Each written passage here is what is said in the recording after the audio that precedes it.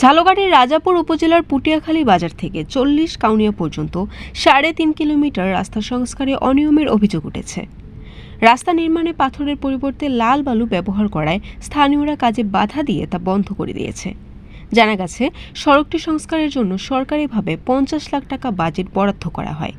নকশা অনুযায়ী 6 মিলিমিটার পাথর ও পিচ ঢালাই দিয়ে 12 মিলিমিটার রাস্তা নির্মাণের কথা থাকলেও সংশ্লিষ্ট ঠিকাদার পাথরের পরিবর্তে শুধু লাল বালু ও পিচ মিশিয়ে কাজ চালিয়ে যাচ্ছিল।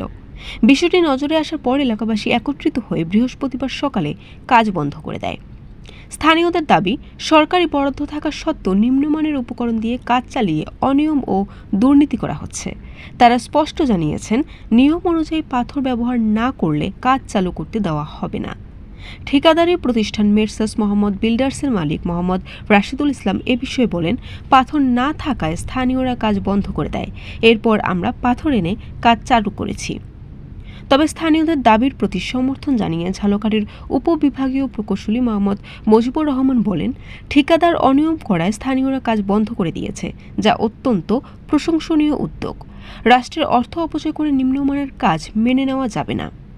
এদিকে ঝালকাঠি নির্বাহী প্রকৌশলী শাহরিয়ার শরীফ খান এ বিষয়ে কোনো মন্তব্য করতে রাজি হননি। মুঠোফোনে যোগাযোগ করা হলে তিনি ফোন কেটে দেন এবং পরবর্তীতে একাধিকবার চেষ্টা করেও তার বক্তব্য পাওয়া যায়নি। এদিকে স্থানীয়দের বাধার পর প্রকল্প সংশ্লিষ্টরা কী পদক্ষেপ নেবেন তা এখনও জানা যায়নি। তবে এলাকাবাসীর দাবি, সঠিক উপকরণ ব্যবহার না করলে তারা কোনোভাবেই এই প্রকল্পের কাজ চলতে দেবে না। বরিশাল.নিউজ।